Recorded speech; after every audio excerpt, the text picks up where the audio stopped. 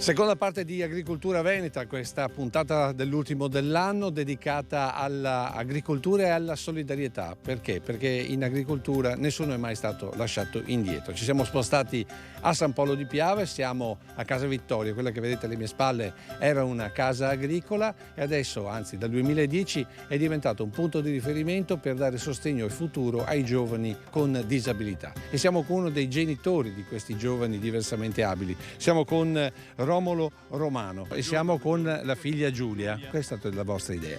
Abbiamo cominciato col progetto per far sì che i nostri ragazzi potessero trovare un luogo dove lavorare, perché si dice tanto che vengono presi di qua, vengono presi di là, quando alla fine ci siamo rimboccati le maniche e abbiamo deciso facciamo un qualcosa che possa servire ai nostri ragazzi per un loro futuro. Perché avete scelto proprio la terra, l'agricoltura? Perché veniamo tutti da quel mondo. Prima di mettere in piedi Casa Vittoria abbiamo lavorato all'interno delle serre per riuscire a poi andare avanti e far sì che la realtà di Casa Vittoria diventasse una realtà solida. Che cosa imparano questi ragazzi? Abbiamo i camerieri, abbiamo coloro che lavorano in cucina, coloro che lavorano nelle serre, quindi dipende anche delle abilità che hanno loro, cos'è propenso a fare. Casa Vittoria è diventata il loro posto di lavoro.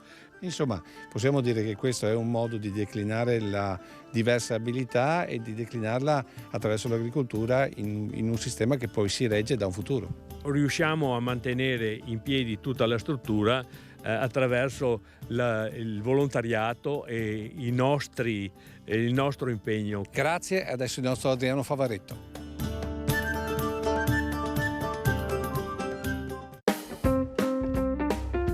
Siamo arrivati all'ultima puntata dell'anno. Cosa ci possiamo regalare per affrontare il nuovo anno? Una bella pianta di Calicanthus.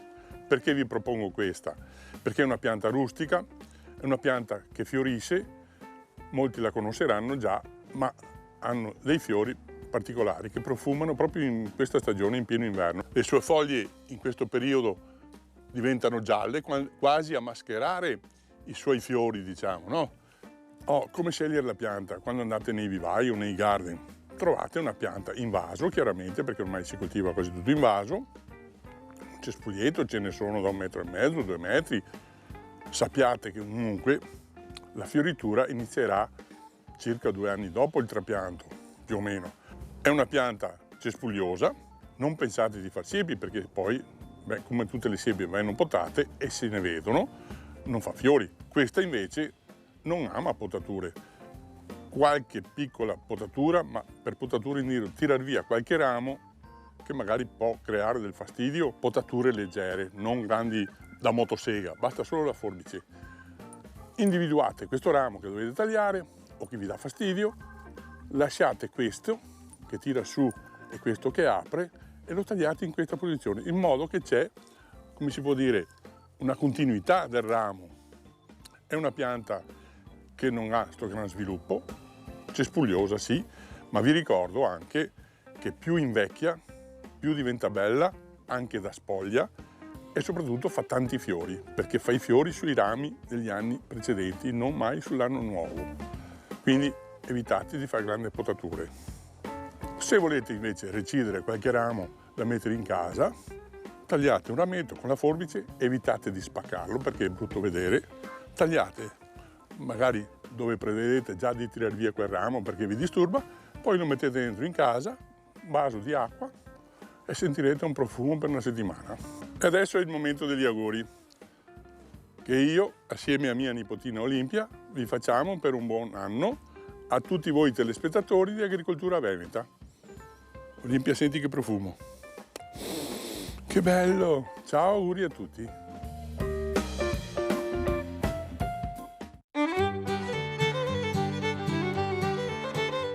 E allora tocchiamo con mano la produzione agricola di Casa Vittoria. Come vedete delle splendide verze, segno dell'annata che si chiude, ma più in là le cipolle che invece danno il segno della nuova annata.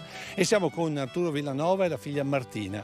Perché? Perché loro sono i responsabili sostanzialmente delle serre, quindi della produzione agricola. Martina, oltre che essere, diciamo così, campionessa di nuoto, tu qui invece sei campionessa di solidarietà. Perché? Tu lavori alla Maia su a Pieve di Soligo, però qui fai la volontaria.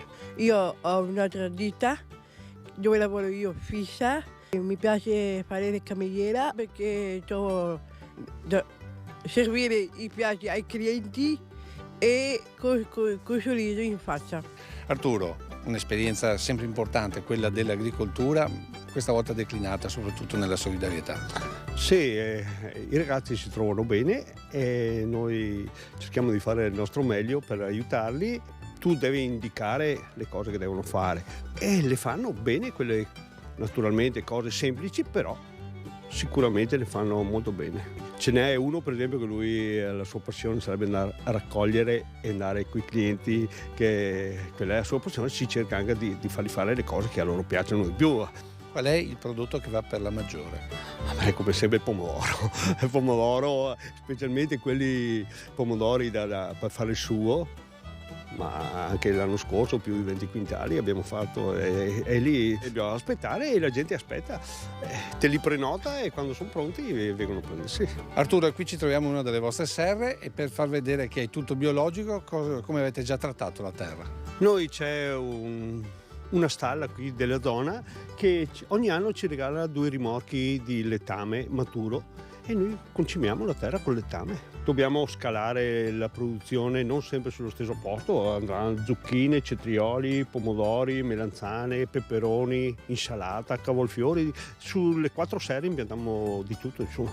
In questi 12 anni di esperienza di Casa Vittoria, soddisfazioni? Tante? Sì, tante soddisfazioni e anche tante cose imparate, che una volta non sapevo neanche cos'era la terra. Si impara sempre dalla terra, insomma. Sempre si impara. Grazie, adesso è il momento del nostro Renzo Gatto.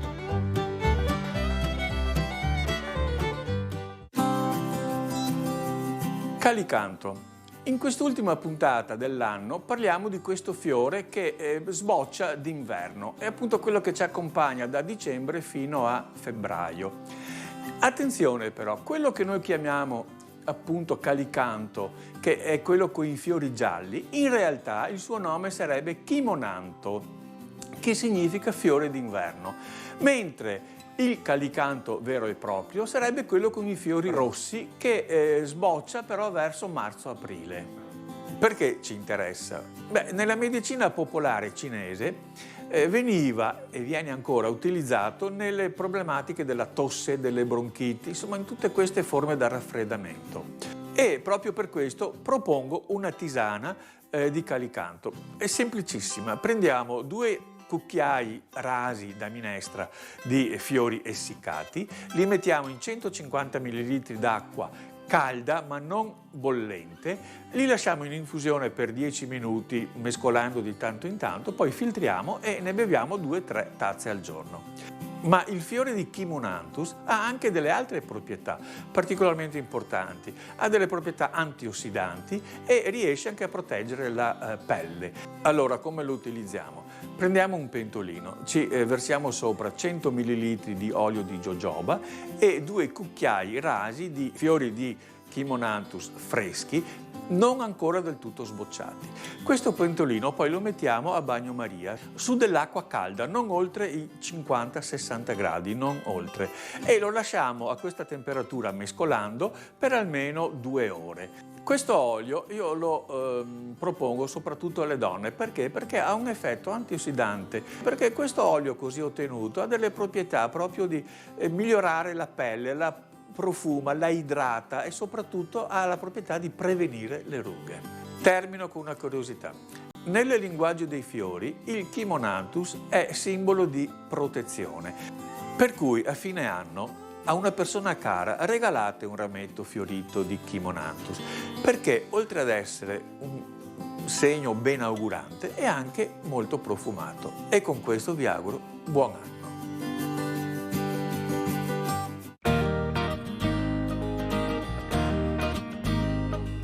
E ci siamo spostati nel punto vendita di Casa Vittoria, dove vedete ci sono i prodotti che vengono proprio realizzati dai ragazzi di questa struttura. Siamo con Andrea Serra, che è il direttore, e con Arianna Calegher, che invece è una delle ragazze che però lavora, diciamo, nel ristorante. Arianna, perché fai la cameriera? Perché mi piace fare cameriera, perché mi piace lavorare anche con i miei amici. Quindi ho fatto questo progetto, anche conosco tutto, quindi mi piace questo lavoro di Casa Vittoria. Il direttore, anzi Andrea, grande soddisfazione per questi prodotti che sono prodotti dei ragazzi. Assolutamente sì, qua praticamente vediamo il prodotto finito che parte dalle serre, come avete visto prima, alla conclusione del vasellame che viene lavorato nella nostra PPL in cucina. Chi compra questi prodotti? Con grande successo abbiamo avuto un ottimo riscontro anche dall'aziendale, dove abbiamo confezionato 1370 ceste natalizie. Per noi questo è stato un grande e ottimo risultato. E poi tutto il privato. Questo è un'integrazione a tutto il resto del lavoro che facciamo, quindi non solo serra, non solo ristorazione, ma anche la parte alberghiera, dove la struttura ha 6 camere e devo dire a pieno regime funzionano.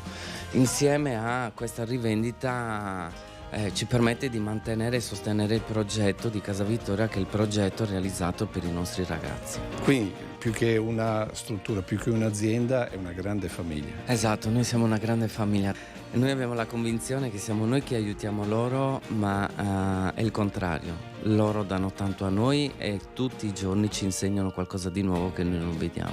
Come dico sempre, lo urlerò finché saremo qua, la disabilità non deve essere più una diversità. Grazie Andrea, grazie Arianna, adesso le previsioni.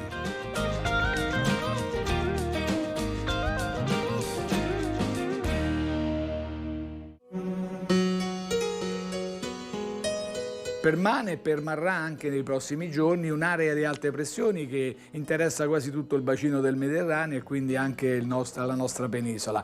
Nelle ultime ore c'è stato un indebolimento dell'anticiclone, un leggero indebolimento. Questo non ha comportato grossi cambiamenti, qualche pioviggine. Perché? Perché grazie appunto a una pressione più debole si è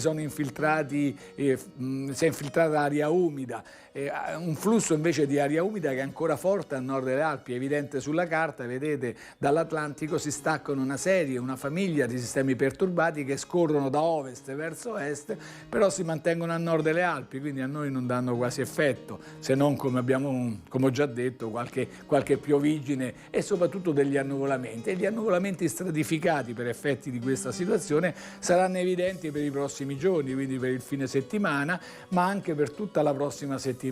Quindi avremo poca pioggia, quasi inesistente, poca neve nei nostri versanti, ma avremo una cosa, le temperature molto più alte della media, soprattutto nei valori minimi, perché in questo periodo sono tipiche le gelate notturne, e invece avremo le minime previste in pianura dagli 7-8 fino ai 9 gradi, quindi abbiamo 8-9 gradi al di sopra della media almeno, e anche le massime, anche se non crescono molto rispetto alle minime, però si mantengono alte, 10, 11, 12 gradi anche se esce un po' di sereno. Quindi l'anomalia in questo momento, oltre che la mancanza delle piogge, questa mancanza si ripete più volte nel corso dell'anno, sempre più frequentemente, e questo crea ulteriori difficoltà al mondo agricolo. E queste temperature, alte, miti, quindi ancora non sono previste, a 10 giorni, a media scadenza, non sono previste le gelate, che sono anche utili in agricoltura. E intanto con questa situazione poi i venti sono molto deboli, quasi inesistenti, e l'Alta Adriatica è previsto quasi calmo, poco mosso. È tutto, buon anno nuovo!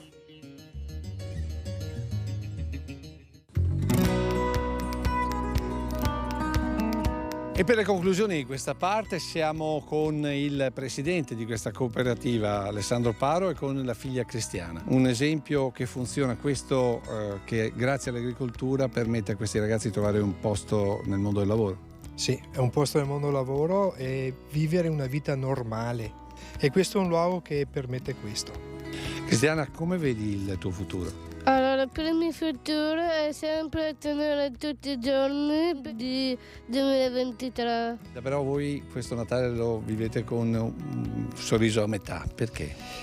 Lo viviamo con un sorriso a metà perché questa realtà è stata realizzata grazie anche al contributo della Regione, che è un fondo di rotazione, quindi prevedeva 2,5 milioni di finanziamento da restituire 25 anni, quindi sono 100.000 euro l'anno che noi in questo periodo non riusciamo a far fronte e abbiamo chiesto una soluzione più leggera per noi, per poter garantire a questi ragazzi un inserimento lavorativo. Al momento la risposta non è così positiva come speravamo, però comunque cerchiamo sempre il colloquio e credo che alla fine qualcosa di buono nascerà.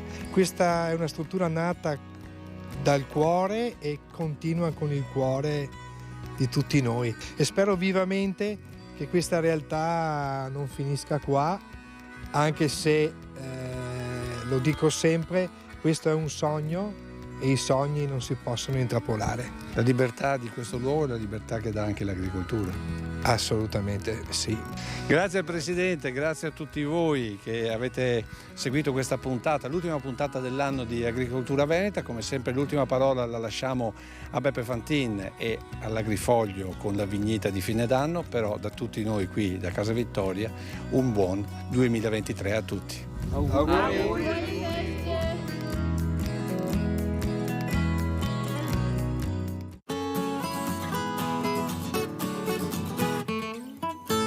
Ciao a tutti, l'Agrifoglio di questo mese è dedicato all'anno ormai finito e a quello che sta arrivando. Un anno molto difficile, soprattutto se pensiamo alla crisi energetica che c'è, alla guerra e soprattutto non dimentichiamo il cambiamento climatico che sta sconvolgendo la natura e infatti adesso con il caldo vediamo che il nostro radicchio rosso sta patendo e quindi ho pensato di disegnare un 2022 che vorrebbe passare le consegne al 2023 quasi come tirandogli un pacco e chiaramente il 2023 con un gesto molto elegante gli dice ti è, anche perché non vorremmo che più che Capodanno questo fosse un da Capodanno.